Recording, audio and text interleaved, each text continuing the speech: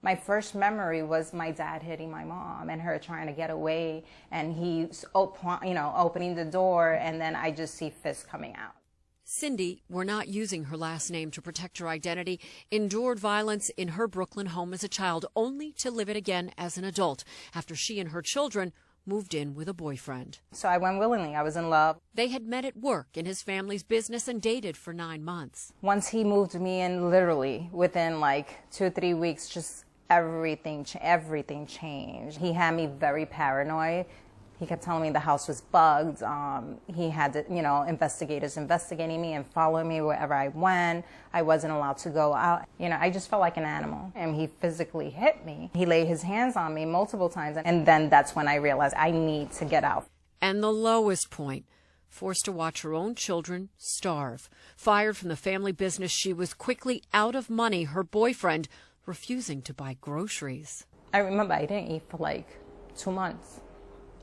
Just whatever I can scrape up, whether it was crackers or ketchup or crackers or an egg or something, I would just give it to my children. They would eat once a day.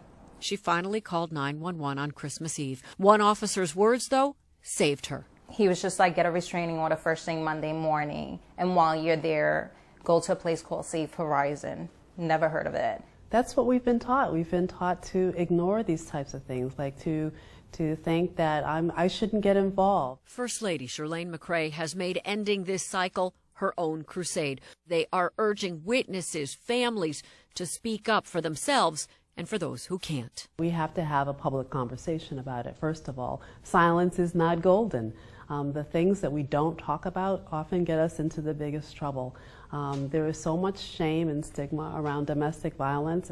Agencies like the NYPD, district attorneys, and social services groups are now all partnering to help victims report the crime, get shelter, legal help, aid for their families. To have all of the resources under one umbrella, whether it's child care or legal services, and then they're connected to the DA's office. It was how Cindy was able to flee her tormentor, find shelter, a new job, and finally, a permanent home. It was the help she needed before it was too late.